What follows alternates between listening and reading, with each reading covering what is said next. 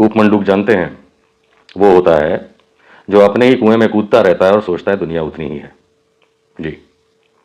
छुट्टियों के दिन थे, आप लोगों ने दिवाली अच्छे से मनाई होगी, मैंने तो बहुत अच्छे से मनाई। मनीष कश्यप के नाम पे बड़े फ़ोन आने लगे मुझे। बहुत दिनों से बिहार से प्रेम पूर्वक कोई फ़ोन नहीं कर रहा था, एकदम से आने लगे। जानते हैं क्यों?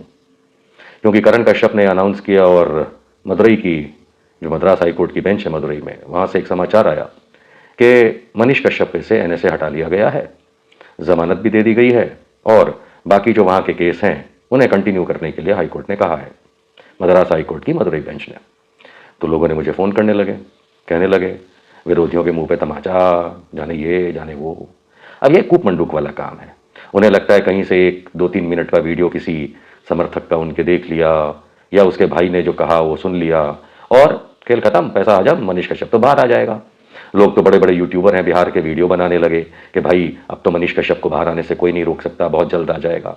करण कश्यप ने यहाँ तक कह दिया एक किसी यूट्यूबर को कि एक केस बाकी रखा था बेल लेने के लिए, अब वो भी ले लेंगे वगैरह वगैरह। ऐसी बातें करके दिवाली अच्छी मनाने के लिए पटाखे खूब छुड़वाए गए, बहुत अच्छी बात है, लेकिन ये सब बातें हकीकत से काफ़ी हद तक परे भी है। जी। क्योंकि हमें फ़ोन आते हैं, अरे भैया मनीष जी के बारे में कुछ बताओ, तो चलिए आइए हम फिर से बता देते हैं। देखिए, एनएसए वहाँ का जो हटा है वो है प्रोसीजरल लैप्स पे। तमिलनाडु की जो पुलिस है उसने एक प्रोसीजर में लैप्स किया और वो प्रोसीजर का जो लैप्स है वो है जो रिमांड एप्लीकेशन एक्सटेंड कराने का। अब वो जाने, उनका काम जाने, वो दोबारा करेंगे नहीं करेंगे apply, I don't care about it. क्यों? क्योंकि आपके मनीष भैया अभी भी जेल के अंदर हैं और रहेंगे। ये जो समर्थक लगे पड़े हैं बहुत जल्द आ जाएंगे, बहुत जल्द बाहर आ जाएंगे, ये बहुत जल्द बाहर आ जाएंगे की जो कहानी है हम लोग तो मार्च और अप्रैल से सुनते सुनते आज नवंबर तक आ गए हैं। मार्च, अप्रैल, मई, जून, जुलाई, अगस्त, सितंबर, अक्टूबर, नवंबर, समझे? 9 महीने हो गए जेल के अंदर और हमेशा हर कुछ दिनों में कुछ है उनके समर्थक वीडियो बनाते हैं, बस राष्ट्रपति को लिख दिया, गवर्नर को लिख दिया, एनएसए हट गया, फलाना हो गया वगैरह वगैरह, वो बाहर आ जाएंगे और बीच में भी लगे पड़े थे। खैर, ये इन लोगों का तरीका है करने का, आप लोगों से बात करते रहे, हमारा काम हमेशा कर रहा है सच्चाई बताना और वो बताएंगे। इससे पहले कि मैं शुरू करूं, मैं करण कश्यप आपको एक मैसेज देता हूं। आपने एक वीडियो के अंदर ये कहा, खुद के वीडियो के अंदर, के एनएसए का बदनुमा दाग हट गया। मैं तो आज भी उसको आतंकवादी कहता हूं, मैं तो आज भी उसको देशद्रोही कहता हूं। किसको? मनीष कश्यप को। जानते हैं क्यों? क्योंकि प्रोसीजरल लैप्स, क्योंकि आपने तो खुद हेबियस कॉर्पस लगाई थी, रिट ऑफ हेबियस कॉर्पस आप करण कश्यप ने लगाई थी मदुरई बेंच में मद्रास हाईकोर्ट के, इसलिए मैं आपको लीगल टर्म में जवाब देता हूं। जब मेरिट्स पे डिसाइड नहीं होता है और प्रोसीजरल लैप्स के अंदर कोई एप्लीकेशन ग्रांट या खारिज होती है तो वो मेरिटोरियस रिजल्ट्स नहीं कहलाते, ऑर्डर नहीं कहलाते, है ना? तो उसके ऊपर जो आरोप लगे थे वो तो आज भी चल रहे हैं। एनएसए प्रोसीजरल लैप्स की वजह से हटाया गया, लेकिन क्योंकि वो मेरिट्स पे नहीं है इसलिए, आप समझ रहे हैं ना मेरी बात, आपके वकील भी समझ रहे हैं, तो वो आदमी अभी भी आतंकवादी है और देशद्रोही है। और उसके मैं उदाहरण आपको अभी दे देता हूँ।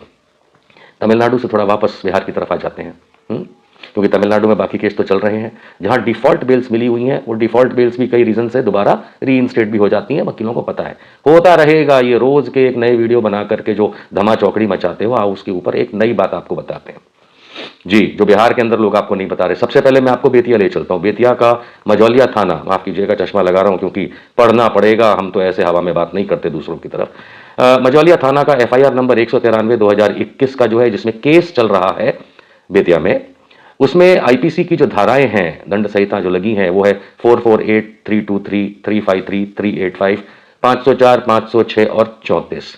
इसकी पहली हियरिंग हुई थी 8 जून 2021 को और अभी जो लेटेस्ट उसकी हियरिंग हुई है वो 6 नवंबर 2023 को हुई है और नेक्स्ट डेट, आगे की तारीख 31 जनवरी 2024 है। यह मयंक रंजन वर्सेस मनीष कश्यप वाला केस है, जिसमें हाईकोर्ट ने एंटीसिपेटरी बेल ऑर्डर 26 जुलाई 2022 को दिया था, जिसमें एंटीसिपेटरी बेल यानी कि जमानत रिजेक्ट की थी और कोर्ट ने इसके अंदर ऑर्डर में उसको क्रिमिनल बैकग्राउंड वाला बताया था मनीष कश्यप को। तो इस मामले में आप ये समझ सकते हैं कि केस तो अभी चल रहा है, चार्जशीट तो हो ही चुकी है ना, ये आगे के मामले चल रहे हैं और 31, माफ कीजिएगा, इसमें चार्जशीट होनी है 31 जनवरी 2024 को नेक्स्ट डेट है। तो जनवरी के अंत तक तो भैया जी आपके अंदर ही रहने वाले हैं इस केस के हिसाब से, क्योंकि एंटीसिपेटरी बेल तो मिली नहीं थी हाईकोर्ट से, रेगुलर बेल तो अभी अप्लाई नहीं कर सकते जब तक के चार्जशीट नहीं होती है। तो जनवरी 2024 तो अंदर है, अभी नवंबर 23 चल रहा है, दिसंबर है, हैप्पी न्यू ईयर आएगा, 31 जनवरी आएगी, उसके बाद फरवरी में बात की जाएगी। दूसरा बेतिया का मैं आपको बता दूं, मझौलिया थाना, एफआईआर नंबर 737/2020, ये बड़ा फेमस मामला जो था आपका उमाकांत सिंह वाला, इसमें आईपीसी की बहुत प्यारी प्यारी गंभीर धाराएं भी हैं, जैसे पहले वाले में भी थी। थक जाएंगे बोल बोल के हम, लेकिन आपको सुननी पड़ेंगी। इस एफआईआर के अंदर आईपीसी की धाराएं 147, 149, 341, 323, 342, 379, 427, 504, 506, 269/270। इसकी पहली हियरिंग हुई थी 24 दिसंबर 2020 को, लेटेस्ट हुई है 10 नवंबर 2023 को। एविडेंस स्टेज पे मामला चल रहा है, मतलब कि चार्जशीट हो चुकी है और ये मामला अभी एविडेंस स्टेज पे चलता रहेगा। मजे की बात यह है कि अभी तक मनीष कश्यप ने अपनी तरफ से इसमें रेगुलर बेल नहीं लगाई है। ठीक है, एंटीसिपेटरी बेल इसमें लगाई गई थी हाईकोर्ट में, जिसका ऑर्डर हाईकोर्ट ने 11 अगस्त मेरे ख्याल से 2022 को दिया था, 11 अगस्त 2022, जिसमें 6 हफ्ते का प्रोटेक्शन दिया था। यानी वो नवंबर 2022 तक तो खत्म ही हो गया था सारा का सारा प्रोटेक्शन। उसमें उसने अवेल नहीं किया था, उसने फायदा नहीं लिया था, जाके अपने आप को सरेंडर नहीं किया था, भागता फिर रहा था। खैर, वो ऑर्डर तो अब बेकार हो गया। क्यों? क्योंकि उसके अंदर वो 6 हफ्ते का प्रोटेक्शन था। लेकिन इस समय ऑलरेडी इसकी जो चार्जशीट हो चुकी है अगस्त 2023 में, उसके बाद सितंबर, अक्टूबर और अब नवंबर आधा आ चुका है, अभी तक इसने रेगुलर बेल लगाई तक नहीं है। अब वो एंटीसिपेटरी बेल का तो टाइम चला गया, अब रेगुलर बेल लगाओगे तो ही मिलेगा। वो अभी तक भाई साहब ने लगाई नहीं है और आप लोग सोचते हैं जल्दी बाहर आ जाएगा। वो क्यों नहीं लगाई है, वो इनके वकील से पूछिए, वो भी जानते हैं कि इसमें बेल मिलने वाली नहीं है। अब आते हैं पटना। पटना के कई सारे मामले हैं इकोनॉमिक ऑफेंस यूनिट में, जिसमें एक मामले का मैं बताता हूं, बाकी दो में इसको रेगुलर बेल मिली हुई है, जिसमें नहीं है 3 और 4 में मेरे ख्याल से एफआईआर नंबर में मिली हुई है। 5 नंबर की जो एफआईआर है 2023 की, economic offence unit state of Bihar versus Manish Kashyap Tripurari Kumar Tiwari, जिसमें आईपीसी की धाराएं हैं 153A, 153B, 504, 505(1)B, 505(1)C, 468, 471, 1201, 120B, 120B। ये जो गंभीर धाराएं, इनके साथ आईटी एक्ट की 66, 66D और 74 भी लगी हुई है। इसमें रेगुलर बेल के लिए मनीष कश्यप ने अप्लाई किया था, जिसकी पहली हियरिंग 19 अक्टूबर 2023 को हुई थी और तारीख 10 नवंबर 2023, दिवाली से 2 दिन पहले इसमें आदेश आया। आदेश जो आया है पटना सेशंस कोर्ट का, वो है कि आपकी बेल रिजेक्ट की जाती है। ठीक है, मैं इतना ही बताऊंगा आपको। बेल रिजेक्ट कर जाती है मतलब अब नीचे की कोर्ट, मतलब सेशंस कोर्ट ने तो इसको बेल दी नहीं है, और इतनी गंभीर धाराओं में अब हाई कोर्ट में कब जाएगा नहीं जाएगा उसकी मर्जी है, उसे पता है कि इसमें जाने से क्या होगा क्या नहीं। और मैं ये बता दूं कि मेरे द्वारा की गई FIR number 6 2023 economic offence unit Bihar police versus Manish Kashyap और बाकी 2 अन्य, ये तो अभी तो मामला आया ही नहीं है, इसमें तो इसने बेल तक नहीं लगाई है।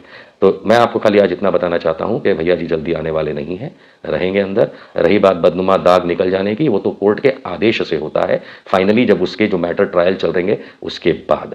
एनएसए जो होता है वो थोड़ी सी अलग चीज होती है, जैसे यूएपीए, क्योंकि यूएपीए की भी परमिशन बिहार सरकार ने इसके खिलाफ पास की हुई है, मेरे ही द्वारा लगाई गई एप्लीकेशन के द्वारा, वो भी लगेगा, देखते जाइए। फिलहाल 2023 पूरा हो जाएगा, 2024 की जनवरी पूरी तो कम से कम निकल ही जानी है, उसके बाद कितने महीने कितने साल, वो पुरानी कहावत है ना, लेकिन उल्टे तरीके से। काल करे सो आज करे, आज करे सो परसों, ये वाला सुना है आपने? अब मैं अपने तरीके बताता हूं कि आज करे सो काल करे, काल करे सो परसों। इतनी जल्दी क्या है मनीष, अभी तो जीना है बरसों, रहे जेल में मौज ले।